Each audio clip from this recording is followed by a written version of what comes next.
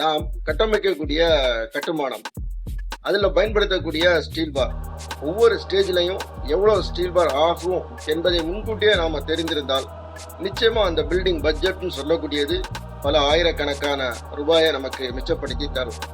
அது எப்படின்னு சொல்லக்கூடியது தான் இந்த பதிவு. எல்லோருக்கும் வணக்கம். நான் சாபிமான் ஜமால் முகமது. இது சிவில் கியூஎஸ், கற்றதும் கற்பிக்கப்பட்டது.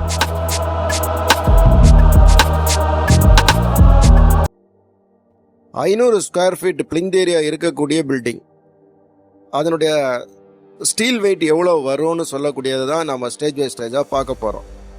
எந்த மாதிரியான ஸ்டேஜ் நம்ம அதில் எடுக்கலான்னு பார்த்தீங்கன்னா, ஃபர்ஸ்ட் ஸ்டேஜில் foundation, footing and starter column. Second stage plinth beam. Third stage column. Fourth stage lintel cum sunset.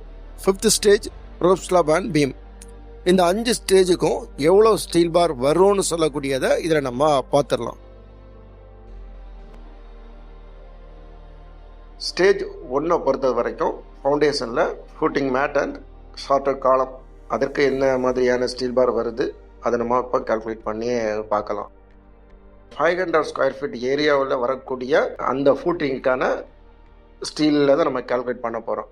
இந்த 500 ஸ்கொயர் ஃபீட் பிளிந்த் ஏரியாவை பொறுத்தது வரைக்கும் இதில் 2 டைப் ஃபூட்டிங் ப்ரொவைட் பண்ணுறதா நம்ம இமேஜின் பண்ணிக்கிடலாம். F1 சொல்லக்கூடிய ஃபூட்டிங்கில் ஒரு 4 நம்பரும், F2 சொல்லக்கூடிய ஃபூட்டிங்கில் ஒரு 5 நம்பரும் இந்த 500 ஸ்கொயர் ஃபீட் ஏரியாவில் நாம் கொடுக்க போகிறோம். F1 ஃபூட்டிங்கோடைய சைஸை பொறுத்தது வரைக்கும் 1.20 metre into 1.20 metre into 0.3 metre கொடுக்கதாக ஃபிக்ஸ் பண்ணியிருக்கிறோம். F2 பொறுத்தது வரைக்கும் 1.2 metre into 1.5 metre into 0.45 metre முடிவு பண்ணி இதில் இருந்தால் நம்ம கால்குலேஷனை ஸ்டார்ட் பண்ண போகிறோம். அப்போ F1 நம்ம கால்குலேஷனை ஆரம்பிக்கிறதுக்கு முன்னாடி அந்த ஃபூட்டிங்க்கு எவ்வளோ கவர் ப்ரொவைட் பண்ணியிருக்காங்க, அதுக்கு எவ்வளோ ஹூக் கொடுக்கணும்னு சொல்லக்கூடியதை ஸ்ட்ரக்சரல் இன்ஸ்ட்ரக்ஷனில் கொடுத்துருப்பாங்க. இந்த 500 ஸ்கொயர் ஃபீட் ஏரியாவை பொறுத்தது வரைக்கும் ஹூக்குக்கும் 50 mm கவரிங் நம்ம இதில் ப்ரொவைட் பண்ணியிருக்கிறோம். ஸோ இந்த மெஷர்மெண்ட்டை நம்ம கன்சிடர் பண்ண பிறகு பார்னுடைய அந்த கட்டிங் லெங்த் எவ்வளோன்னு சொல்லக்கூடியதை நம்ம முதல்ல கால்குலேட் பண்ணணும். இப்போ 1.2 பெரிய அளவில் நமக்கு பிரச்சனை வராது. சைடுக்கு 50-50 நம்ம ரிடக்ஷன் பண்ணோன்னா நமக்கு 1.1 ராடு அதில் ப்ரொவைட் பண்ணணும். அதை ஸ்ட்ரைட்டாக கட் பண்ணிடக்கூடாது. அதனுடைய 2 எண்ட்லேயும் என்ன பண்ணணும்னா ஹூக் ப்ரொவைட் பண்ணணும். ஹூக்கை பொறுத்தது வரைக்கும் இதில் நம்ம ஒரு 11D எடுத்துக்கிடலாம்.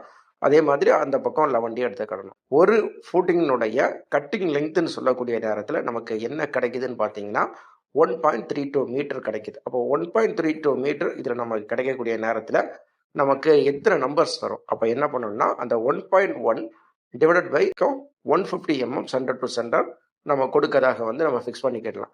அப்போ 1.1 டிவைடட் பை 0.15 mm பண்ணக்கூடிய நேரத்தில் நமக்கு 7.33 நம்பர்ஸ் கிடைக்கும். ப்ளஸ் 1 ஆட் பண்ணக்கூடிய நேரத்தில் நமக்கு அதை ஒரு 8 நம்பர்ஸாக ஒரு ஃபூட்டிங்க்கு எடுத்துக்கிடலாம்.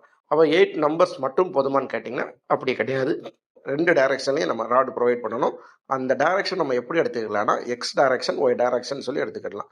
எக்ஸ் டைரக்ஷனை பொறுத்தது வரைக்கும் 8 நம்பர்ஸ் வருது. அதே மாதிரி ஒய் டைரக்ஷனை பொறுத்தது வரைக்கும் அதே 8 நம்பர் தான் வருது. இப்போ நமக்கு ஒரு ஃபுட்டிங்க்கு எவ்வளவு நம்பர்ஸ் ஆஃப் ராட்ஸ்ன்னு சொல்லக்கூடியதை நம்ம எடுத்துட்டோம். அதாவது 16 நம்பர்ஸ் வருது. அதோட கட்டிங் லெங்த்தை பொறுத்தது வரைக்கும் 1.32 மீட்டர் நமக்கு கட் பண்ணி எடுக்கணும். 1.32 மீட்டர் இன்ட்டு 16 போடக்கூடிய நேரத்தில் நமக்கு ஒரு வெயிட் நமக்கு கிடைக்குது. இந்த வெயிட்னு சொல்லக்கூடியது ஒரு ஃபூட்டிங்னுடையது. அப்போ நமக்கு டோட்டல் நம்பர்ஸ் எவ்வளோ ஆரம்பத்தில் சொல்லியிருந்தேன், F1 பொறுத்தது வரைக்கும் ஒரு 4 நம்பர்ஸ் நம்ம ப்ரொவைட் பண்ணுறோம். இந்த டோட்டல் வெயிட்டில் இருந்து அந்த 4 நம்பர்ஸ் மல்டிப்ளை பண்ணக்கூடிய நேரத்தில் நமக்கு F1 ஃபுட்டிங் எவ்வளவு வெயிட் வருதுன்னு சொல்லக்கூடியதை இப்போ நீங்கள் ஸ்க்ரீனில் பார்த்துட்டு இருக்க மெத்தடில் இருந்து தெரிஞ்சு கொள்ளலாம். Next footing number 2, 1.2 into 1.5 into 0.45 metre. இதுதான் அதனுடைய சைஸ். இந்த சைஸ்லேருந்தே உங்களுக்கு தெரியும் நமக்கு F1 இருக்கிற மாதிரி இதில் கட்டிங் லெங்த் எடுக்க முடியாது அப்படின்னு சொல்லக்கூடியது. ஏன்னா எக்ஸ் டைரக்ஷனை பொறுத்தது வரைக்கும் 1.2 மீட்டர் இருந்துச்சுன்னா ஒய் டைரக்ஷனை பொறுத்தது வரைக்கும் 1.5 மீட்டர் இருக்குது. அப்போ சேம் கட்டிங் லெங்த் எடுத்தோன்னா இங்கே ராடுன்னு சொல்லக்கூடியது வேஸ்ட் ஆகும். அப்போ என்ன பண்ணணும்னா மறுபடியும் நம்ம ரீகால்குலேஷன் பண்ணணும். ஆனால் இதில் எக்ஸ் டைரக்ஷனை பொறுத்தது வரைக்கும் எந்த விதமான மாற்றம் இல்லாததுனால நம்ம ஏற்கனவே எடுத்த 1.32 மீட்டர் நம்ம எடுத்தால் போதும். ஆனால் ஒய் டைரக்ஷனை பொறுத்தது வரைக்கும் இதுக்கு நம்ம ரீகால்குலேஷன் பண்ணணும். அப்படி பண்ணக்கூடிய நேரத்தில் நீங்கள் இப்போ ஸ்க்ரீனில் பார்த்துட்டு இருக்கீங்க அந்த ஷெட்யூல், அதில் பார்த்தீங்கனாலே தெரியும் 1.62 மீட்டர் வந்து கட்டிங் லென்த் எடுக்கணும். இப்போ 1.62 கட்டிங் லென்த் எடுத்தாலும் அது எந்த டைரக்ஷன்ல நீங்க ப்ரொவைட் பண்ணணும்னு சொல்லக்கூடியதை கவனமா பார்த்துக்கிடணும். ஏன்னா ஒய் டைரக்ஷன்ல நீங்க 1.62 மீட்டர் கட்டிங் லென்த் எடுத்தீங்கன்னா அது எக்ஸ் டைரக்ஷன்ல உள்ள சென்டர் டு சென்டர் தான் நீங்க கன்சிடர் பண்ணணும். அப்படி கன்சிடர் பண்ணக்கூடிய நேரத்தில் அதுக்கு 8 நம்பர் வரும்.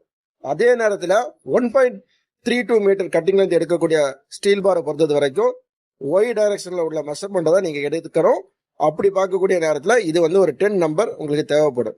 ஸோ இதை கொஞ்சம் கவனமா நீங்க வந்து கன்சிடர் பண்ணி தான் ஆகணும். அப்படி பண்ணாம போனீங்கன்னா ராடு ஷார்டேஜ்னு சொல்லக்கூடியது வர ஆரம்பிக்கும், கட்டிங் வேஸ்டேஜ்னு சொல்லக்கூடியது வர ஆரம்பிச்சிடும். இப்போ இது வரைக்கும் நம்ம என்ன பேசியிருக்கிறோம்னா ஒரு ஃபவுண்டேஷன்ல வரக்கூடிய ஃபுட்டிங்னுடைய மேட்டை வந்து எப்படி கால்குலேட் பண்ணணும், அதோட வெயிட் எப்படி வரும் அப்படின்னு சொல்லக்கூடியது தான். இது அடுத்த பதிவில் இதனுடைய தொடர்ச்சியாட்டு ஷார்டர் காலத்தை வந்து நம்ம எப்படி கால்குலேட் பண்ணணும், அதுக்கு என்னென்ன மாதிரியான வழிமுறைகளை செய்யணும்னு சொல்லக்கூடியதை பற்றி தெரிந்து கொள்ளலாம். ஒவ்வொரு பதிவை நீங்க ஆதரவு தரதை பொறுத்து தான் வந்து அடுத்தடுத்த அப்டேட்னு சொல்லக்கூடியது நம்ம சேனல்ல தொடர்ந்து கொண்டு வர முடியும்னு சொல்லக்கூடிய அந்த சிந்தனையோடு இந்த பதிவை நான் இதுல முடிக்கிறேன். மீண்டும் அடுத்த பதிவில் நாம் சந்திக்கலாம். நன்றி, வணக்கம்.